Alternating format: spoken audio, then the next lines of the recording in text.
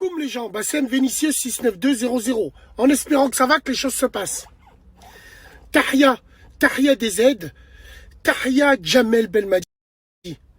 Jamel Belmadi, déjà à Marseille, un frère de Paris à l'origine, issu de la formation française, mentalité, des centres de formation de France, rigueur, discipline, c'est ce qu'il nous faut pour le bled. Et alhamdoulilah, c'est la meilleure recrue que l'équipe algérienne a pu avoir depuis des années. La meilleure recrue, c'est lui.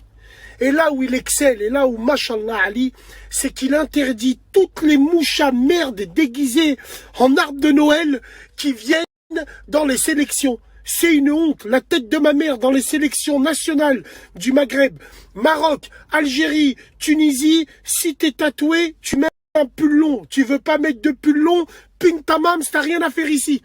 Ça déjà d'une. Et de deux, quand vous chantez nos hymnes nationaux avec vos scotch sur vos oreilles pour cacher vos boucles d'oreilles de merde, ça suffit. On veut plus de blondes dans nos sélections nationales. Quand vous venez jouer en sélection nationale, faut faire un effort d'éthique. L'éthique, c'est pas vis-à-vis de la FIFA. L'éthique, c'est vis-à-vis du peuple. Le shorb, ceux qui vous supportent, ceux qui sont là et ceux qui pensent être représentés à travers vous. Daniel Passarella, sélectionneur de l'équipe nationale argentine, en 98, il s'est passé de Fernando Redondo. Les footeux verront de qui je parle. Redondo et son geste magnifique, excellent joueur, parce qu'il avait les cheveux longs. Il lui a dit, Nick Zeb, Biatla Al-Fouk, descends, ton Redondo que t'es, tu viens pas en sélection. On devrait appliquer exactement la même chose en sélection nationale. Après, les cheveux longs, bon, ça c'est autre chose. Ah ouais, c'est normal, parce que c'est Souna.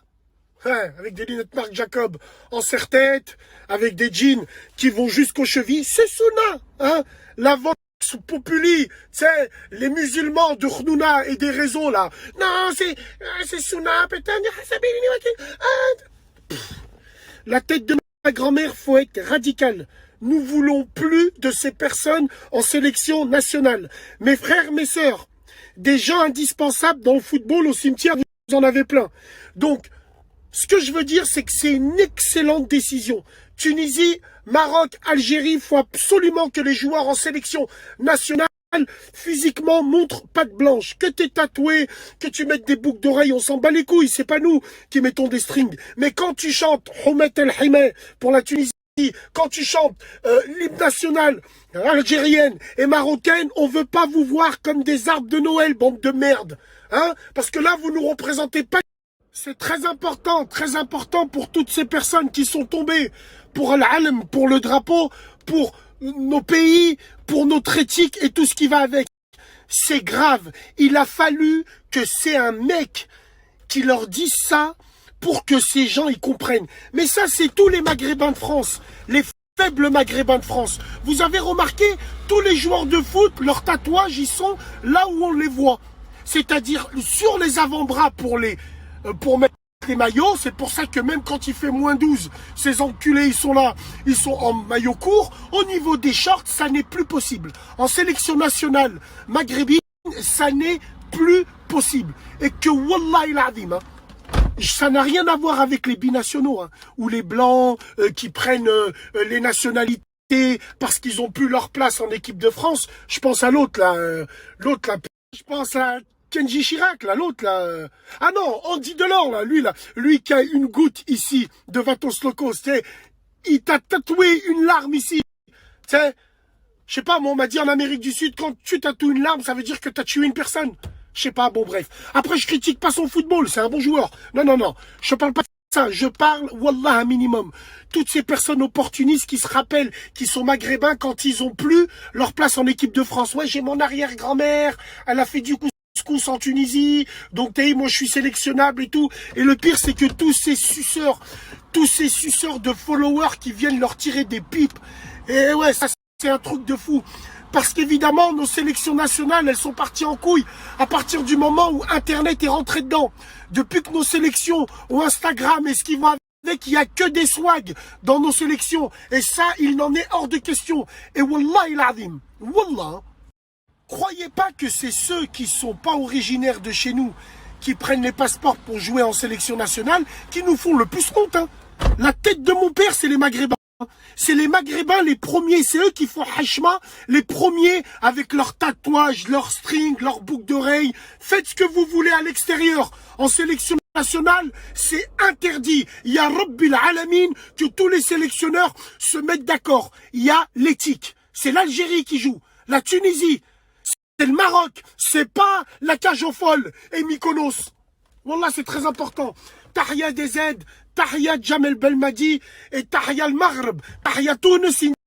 Inch'Allah khir pour nos sélections maghrébines au championnat d'Afrique et en Coupe du Monde, Inch'Allah khir avec les générations qu'on a. Alhamdoulilah ya Rabbi. Mais n'oubliez pas une chose, la tête de ma grand-mère, 70% des gens qui viennent en sélection nationale maintenant, c'est parce qu'ils savent qu'il y a les réseaux derrière. Ils savent que maintenant tout est mis sur les réseaux. Et ils viennent uniquement pour le buzz. On le sait ça. Demain ces gens-là ils sont appelés en équipe de France, ils pillent sur nos bleds. À part quelques joueurs qui, alhamdoulilah ya Rabbi, ont l'esprit patriotique et sont là, ils sont en place. Mais n'oubliez jamais, ces gens-là sont là par intérêt. C'est tout. L'autre là, je sais pas ce qu'il a. Il avait 300 000 sur Instagram, je crois. Il a dit, je suis en sélection algérienne, il est à 1 million de personnes. Et que des suceurs. Que des suceurs. Alors que vous calculez même pas les joueurs locaux. Les excellents joueurs qu'il y a eu. Arrêtez de croire que c'est en ramenant des gens qui ne sont pas originaires de chez nous. Arrêtez de croire que c'est avec eux qu'on aura les meilleures équipes. Moi, le Tunisien, le premier, je suis pas d'accord. Santos, Clayton, tous ces joueurs-là, je suis pas du tout d'accord. Et que Wallah, hein, ça prouve rien. Même si on a gagné la CAN en 2004 avec cette équipe, ça prouve rien. La meilleure équipe algérienne, c'est là où il y a eu des Algériens, 1982, la meilleure équipe marocaine, j'hésite, entre celle de 1986, de Crimo, Timoumi, Bedouzaki, avec celle de 1994-98, et l'équipe de Tunisie, celle de 1978, avec les Tarak Diab, avec tous ces méchants joueurs, Adouga, le goal, Wallah, c'est les meilleures sélections qu'on a eues, sans les autres, on s'en bat les couilles des autres gratteurs.